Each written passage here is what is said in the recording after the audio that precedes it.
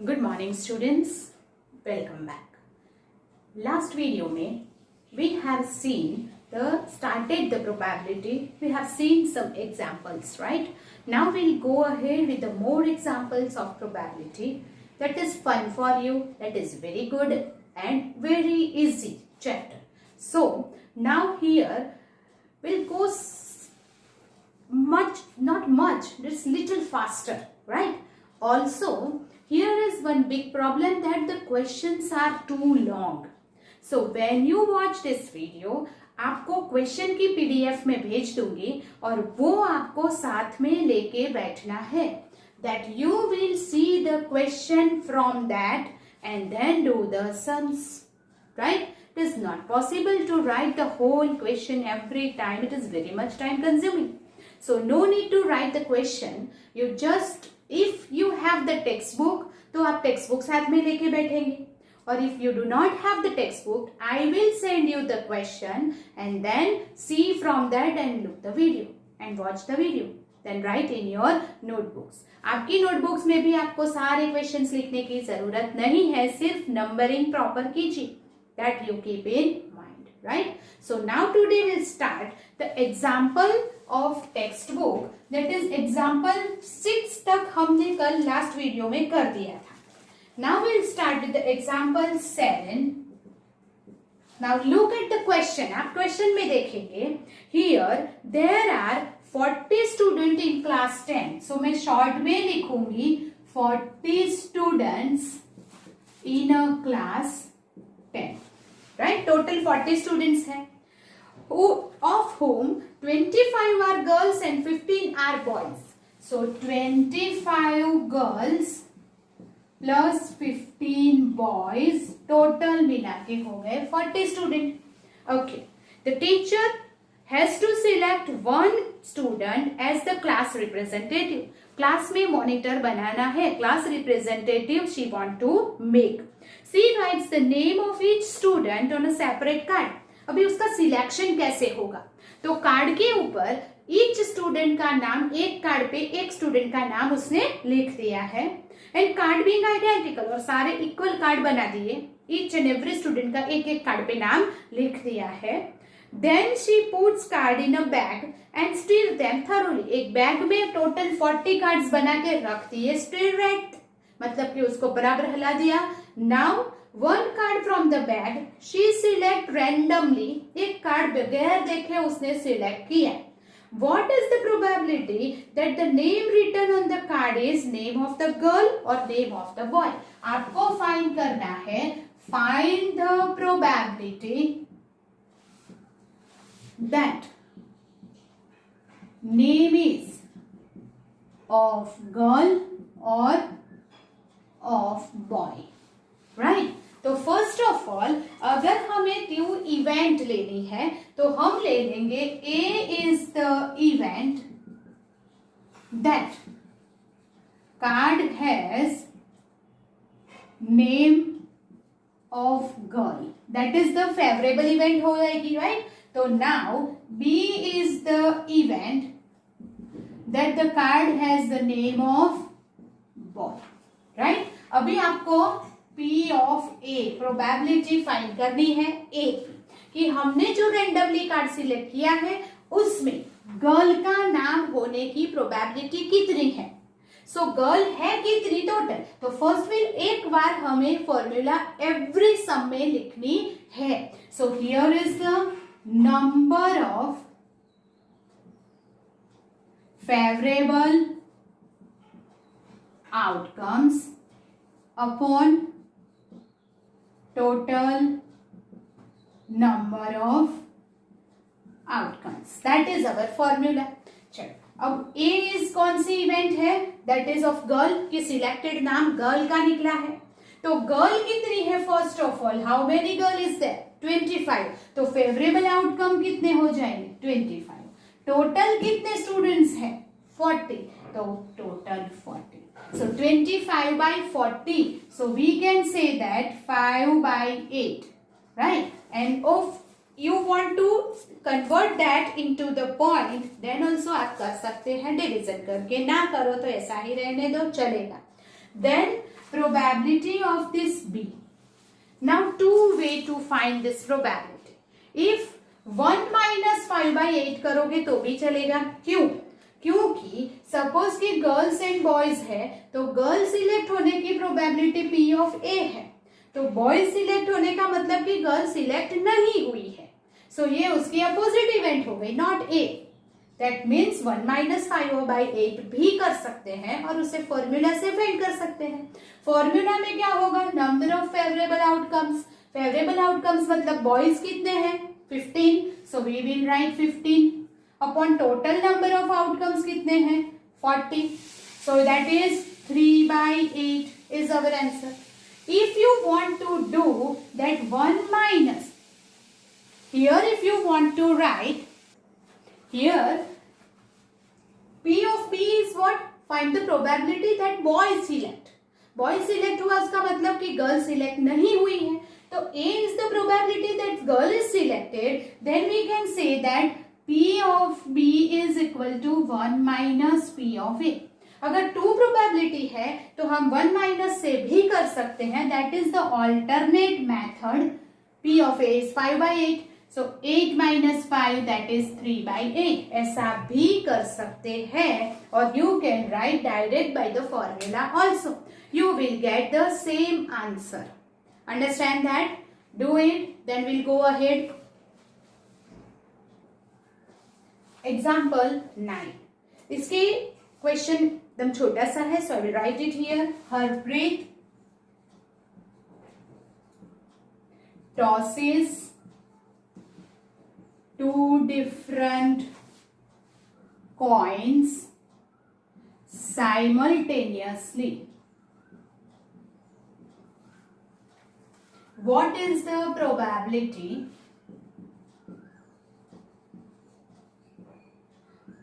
that C gets at least one head? Okay. Now here Harpreet tosses 2 different coins simultaneously. उसने अपने हाथ में 2 coins लिए हैं एंड साइमल्टेनियस मतलब एक साथ टॉस किया है. So what is it? 2 coins simultaneously जब कॉस्ट 2 कॉइन साइमल्टेनियसली जब टॉस होता है, then what is the possible outcomes, वो आपको पहले सोचना होगा. If 1 coin is toss, then H and T only is there. H and T only outcomes होते हैं, या तो head या तो tail. Now it is 2 coins is there. So for 2 coins, possible outcomes is HH, HT, TH, TT. What does it mean? H stands for head, T stands for tail. Yes. So head and tail. ऐसा हो सकता है कि both the coins पे head आ गया, right? ऐसा भी हो सकता है कि पहले पे head आया और दूसरे पे tail आया, और उल्टा भी हो सकता है फर्स्ट पे tail एंड सेकेंड पे head और both पे tail आ गया, ऐसा भी हो सकता है. Suppose this is head and this is tail. So result is both head and tail. Tail and head, या तो both is tail. So these are the possible result, possible outcomes, right? उसमें से हमें क्या फाइंड करना है? So total outcomes कितने हो गए? 4. Understand? Total outcomes कितने हैं? 4. C gets at least one head. तो हम event ले लेते हैं. E is the event that she gets at least one head. Now what does it mean? At least one head का मतलब क्या हुआ? At least मतलब कम से कम one head, मतलब एक head तो होना ही चाहिए. 2 हो तो चलता है, उससे ज्यादा तो हो ही नहीं सकता. पर ऐसा नहीं चलेगा कि एक भी head नहीं है. At least one head मतलब कम से कम एक या 2. तो ऐसे कौन से आउटकम्स हैं जिसमें एटलीस्ट वन हेड तो है ही? सो ये HT, TH एंड HH. इसमें एक भी हेड नहीं है, वो आउटकम्स फेवरेबल आउटकम नहीं है, इसे नहीं कंसिडर करेंगे, right? So that probability of E, that is number of favorable outcomes upon total number of outcomes. Now favorable outcomes के नीचे मैंने अंडरलाइन किया है, वो क्यों फेवरेबल है? Because at least one head we need. So at least one head मतलब एक हेड तो होना ही चाहिए, एक से ज्यादा हो तो चलता है, एक से कम नहीं. तो ये हो गया. Okay, so how many is there? 3. Upon total outcomes कितने हैं? 4. So our answer is 3/4, right? So this way we can also find that for the 2 coins. You know that कि 3 coins भी simultaneous हो सकते हैं, right? तो here you will write for your reference, जब 3 coins आएंगे तो काम में आएगा for 3 coins possible outcomes. Notes करके आप लिख दीजिए, don't write in this some.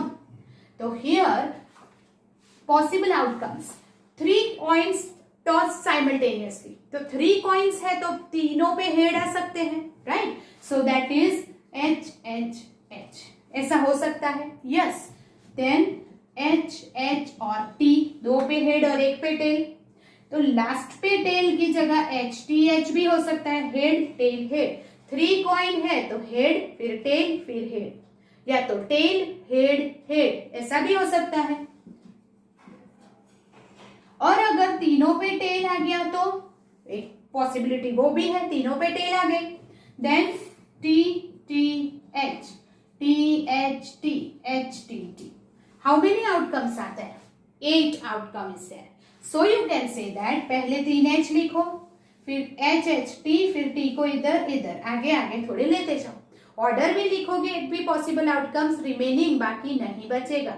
So you have to keep in mind, जब 3 कॉइन्स है तो पॉसिबल आउटकम्स 8 हो जाएंगे, 2 कॉइन्स है तो 4 हो जाएंगे, और 1 कॉइन है तो head and tail, 2 possible outcomes होते हैं.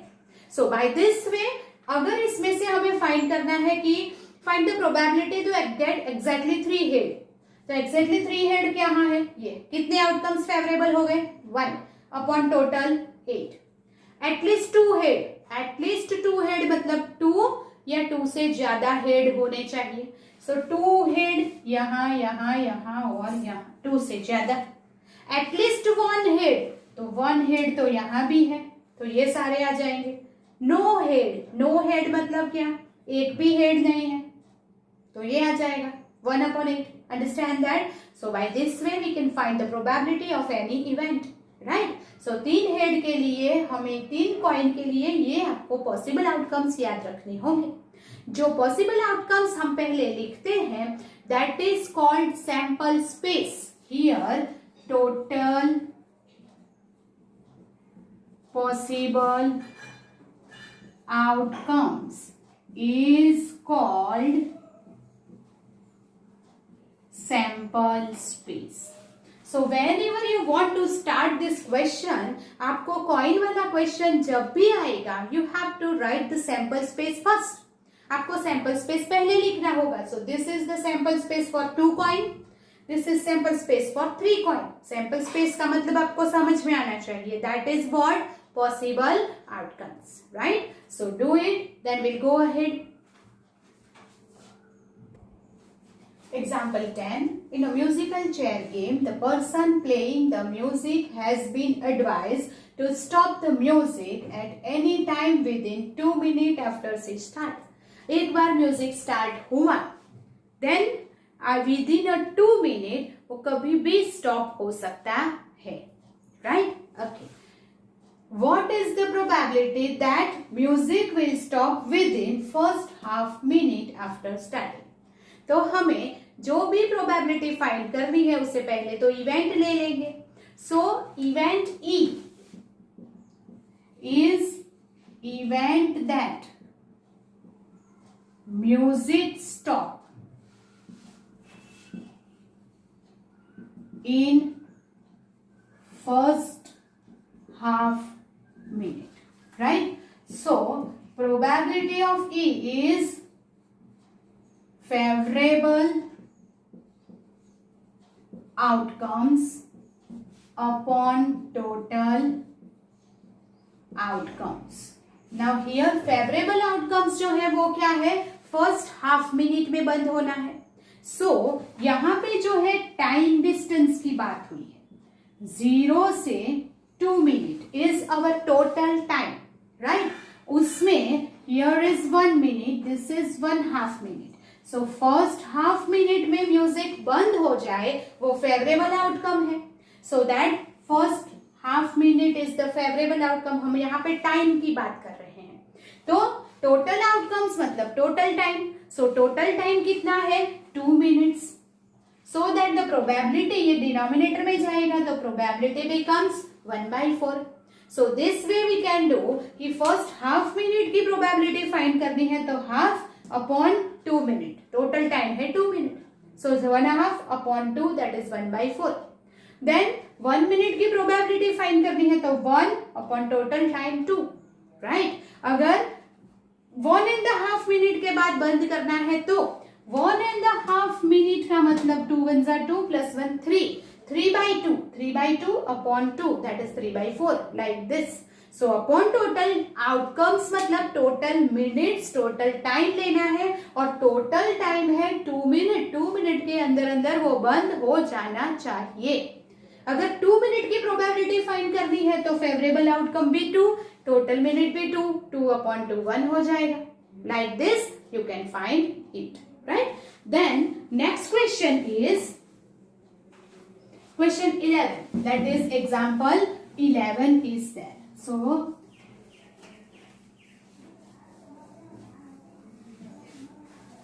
example 11.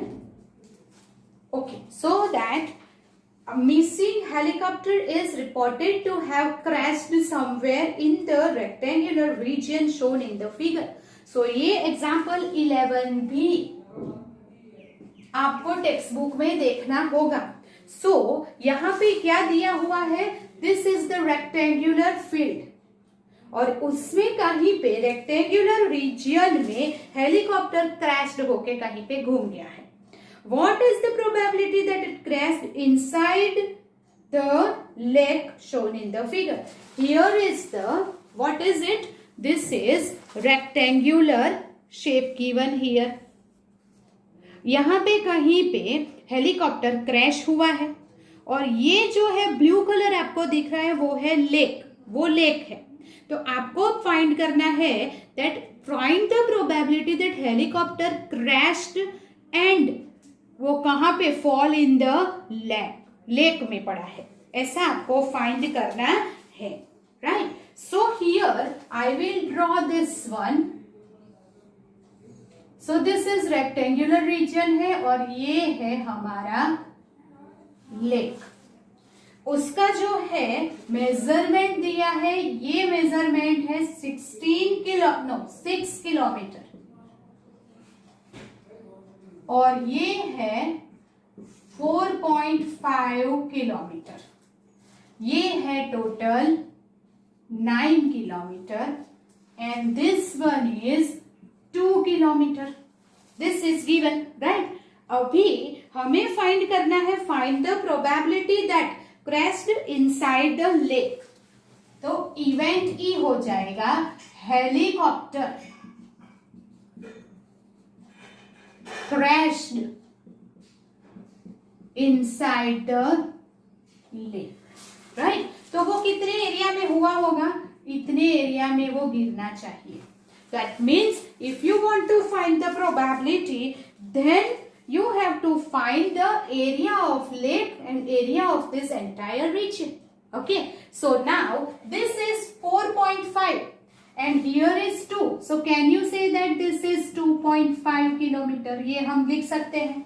Here total 9, ये है 6, तो ये हो गया बाकी का रीजन 3 किलोमीटर. ये हमने डायग्राम कंप्लीट किया. Now area of lake, area of lake आपको फाइंड करना है. तो लेक का एरिया कितना होगा, length into breadth, that is 3 into 2.5, 7.5 kilometre हो जाएगा। देन टोटल एरिया फाइंड करेंगे, ये पूरा total area,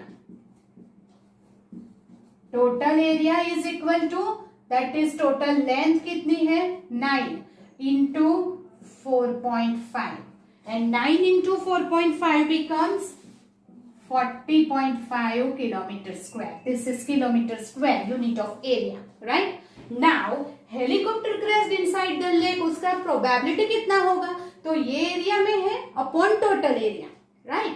so that probability of E is equal to, जैसे हमने आगे टाइम पीरियड वाला लिया था सम, उसमें क्या लिया था, favourable time upon total time, तो यहाँ पे लेंगे favourable area upon total area, so that which function हमारा फॉर्मूला क्या बन जाएगा, probability is favourable area upon total area. तो फेवरेबल एरिया किसको कहते हैं, जहां हमें इनसाइड द लेक जिसकी प्रोबेबिलिटी फाइंड करनी है वो हमारा फेवरेबल एरिया बन जाएगा। सो लेक का जो एरिया है वो हमारा फेवरेबल एरिया है क्योंकि उसकी ही प्रोबेबिलिटी फाइंड करनी है।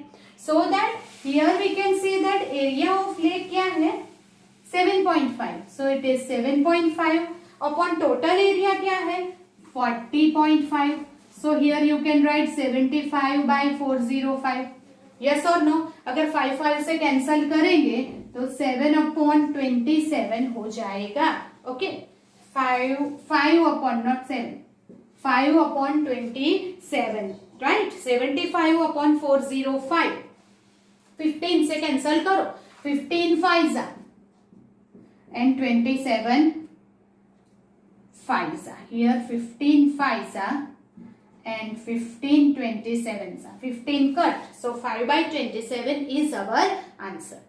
अगर यहाँ पे ऐसा पूछा हुआ है that find the probability that helicopter crashed inside the lake, अगर ऐसा पूछा होता helicopter will not crash inside the lake, तो you will find this area upon total area. पर इससे अच्छा क्या है, if you want to find not inside, तो हम फाइंड करेंगे P of E bar, not inside the lake, not lake के अंदर वो नहीं पड़ा है, तो कहाँ पड़ा होगा, यहाँ पे, so इससे अपोजिट हो गया, अपोजिट है तो P of E bar, that we can write the formula 1 minus P of E, that is probability that helicopter crashed not in lake, मतलब कि लेक के बाहर कहीं झाड़ी में पड़ा हुआ है, so that 1 minus 5/27 and it is 22/27, yes or no, yes। तो आप इसका फॉर्मूला इस तरह भी कर सकते हैं, और अगर नॉट इनसाइड द लेक पूछा है तो भी ये एरिया माइनस ये एरिया अपॉन टोटल एरिया भी कर सकते हैं, पर ये area it is not easy to find, right. तो therefore will find first lake में और फिर उसे 1 में से माइनस करें तो नॉट इन द लेक भी मिल सकता है, राइट। सो डू इट, जब भी हमें टाइम इंटरवल दिया है तो favourable time upon total time, area वाला सम दिया है तो favourable area upon total area, this way we can find any of the probability. Do it, then will go ahead. Example 12, you just see in the textbook, a cartoon consists of 100 shirts. Total how many shirts are there? Total 100 shirts are there, of which 88 are good. उसमें से 88 good without any defect, right? 8 have minor defect. 8 has minor defects and 4 have major defect.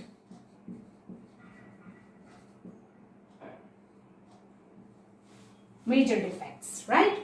Jimmy, a trader, will only accept the shirt which are good. Jimmy जो trader है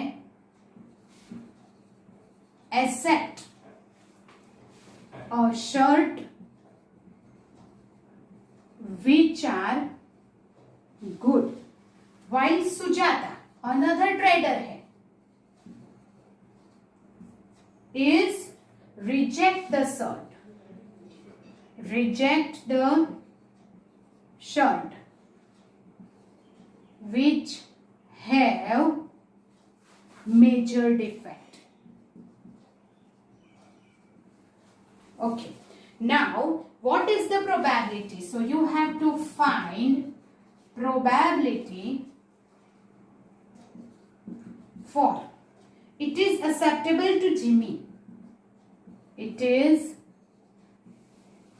acceptable to Jimmy. And second, it is acceptable to Sujata.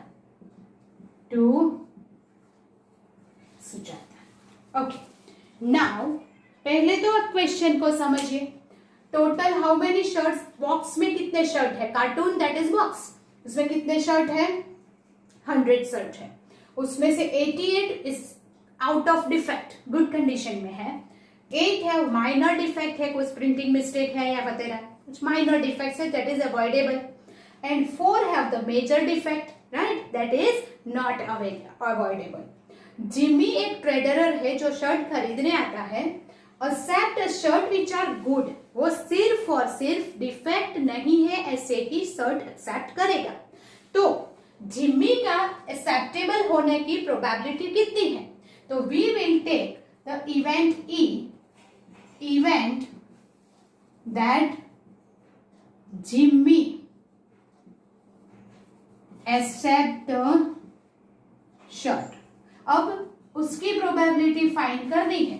तो number of favourable outcomes upon total outcomes. चलो, अभी favourable outcomes Jimmy के लिए क्या होगा कि वो एक्सेप्ट करे.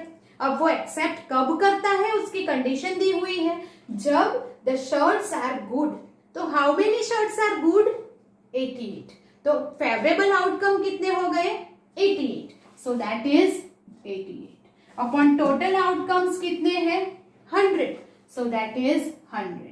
सो वी कैन राइट 0.88 डायरेक्ट हो सकता है. सो हमने पॉइंट में आंसर लिख दिया. देन एफ ले लेते हैं, event that Sujata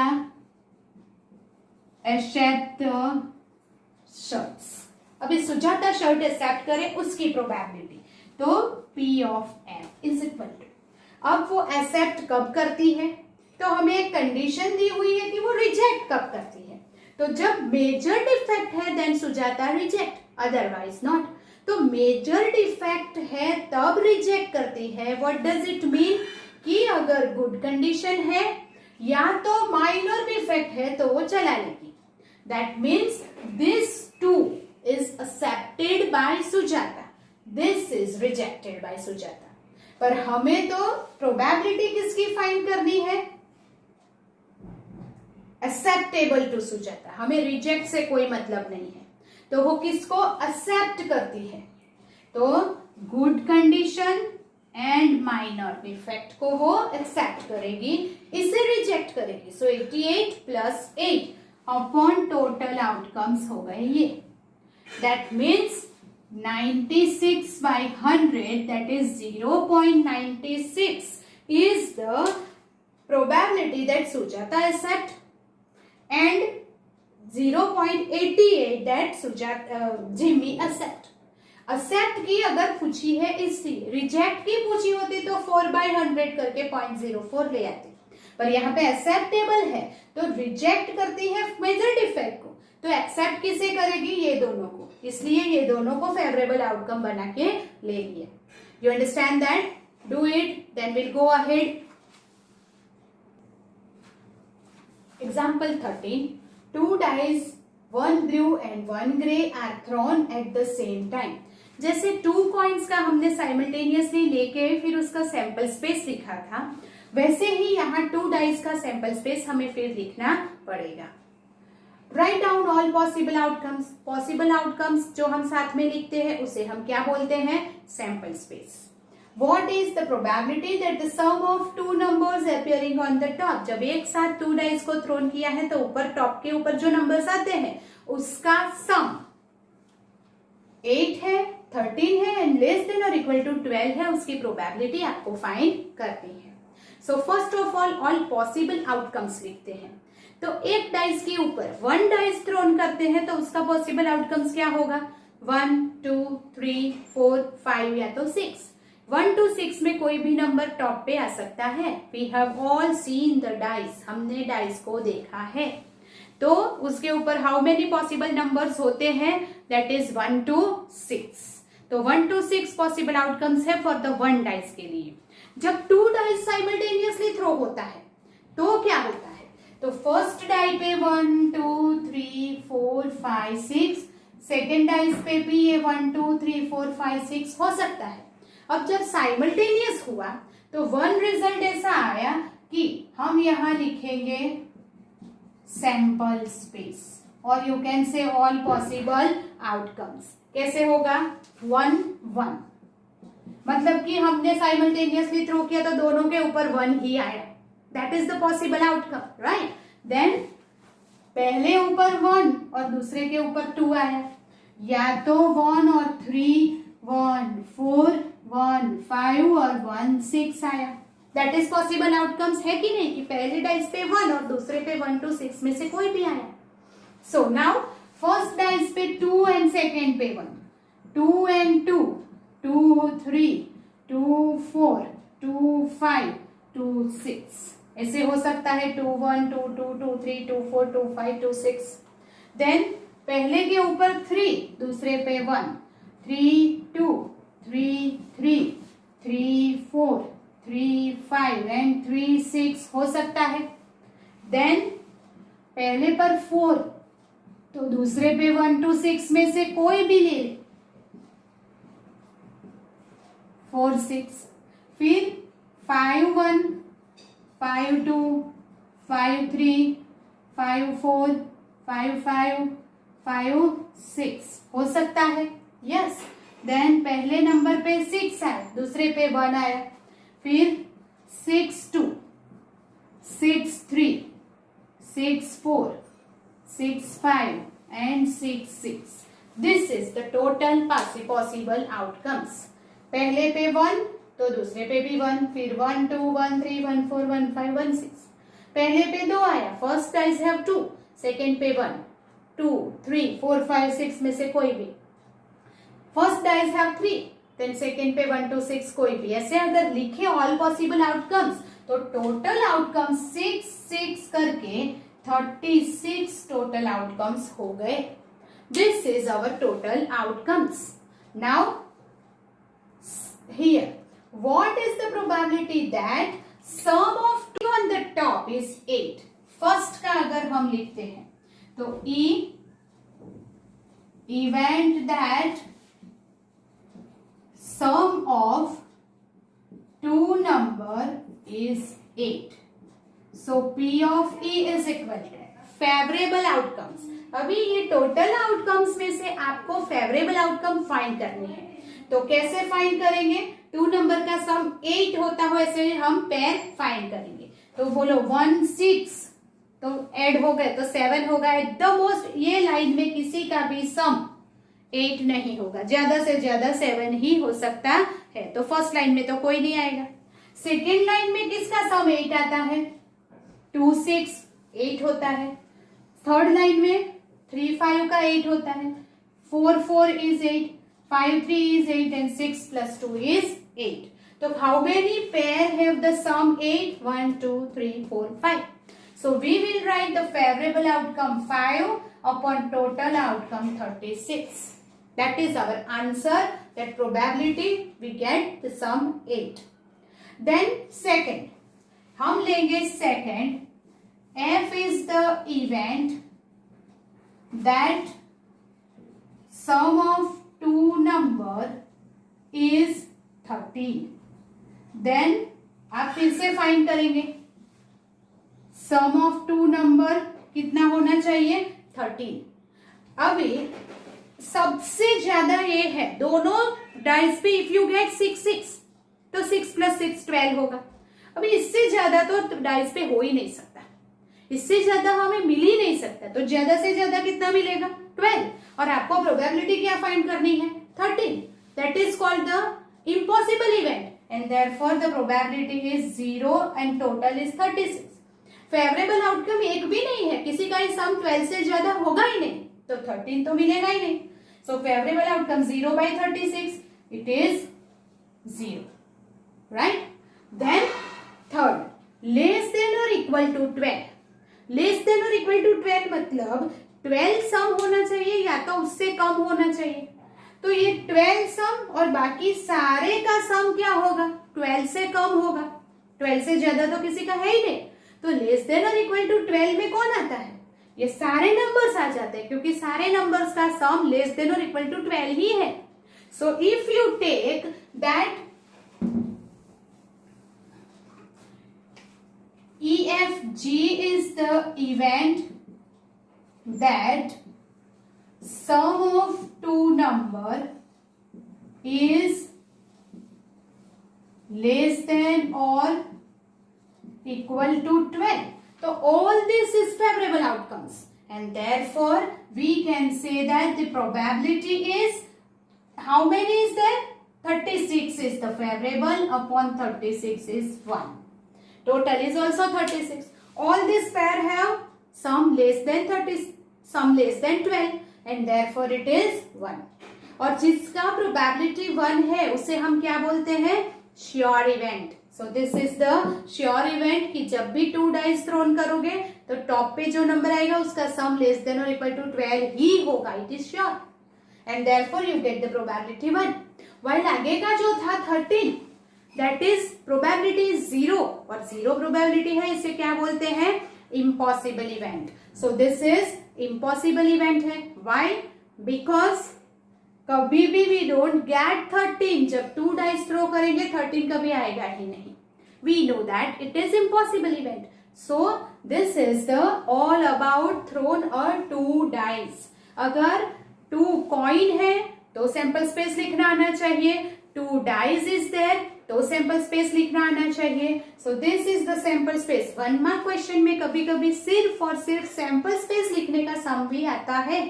so you need to keep in mind that 1 coin 2 coin या 3 कॉइन का सैंपल स्पेस क्या होगा. 1 डाइस और 2 डाइस का सैंपल स्पेस 3 डाइस की जरूरत नहीं है, इतना बड़ा हमें नहीं करना है. That is not in your syllabus, right. So 1 and 2 dice के लिए 2 डाइस का ये है, 1 डाइस का तो सिर्फ ये होगा 1 2 3 4 5 6. That is the sample space. So you can find by this way any of the probability.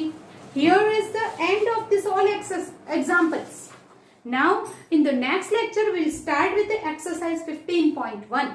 Exercise 15.1 में हमने फिल इन द ब्लैंक्स का क्वेश्चन नंबर 1 ऑलरेडी कर दिया है. देन क्वेश्चन नंबर 2 जो है उससे हम स्टार्ट करेंगे in the next lecture. Till then you have to do this all the examples, revise it. I will give you the homework that you have to do of yourself, right. Till then, good bye.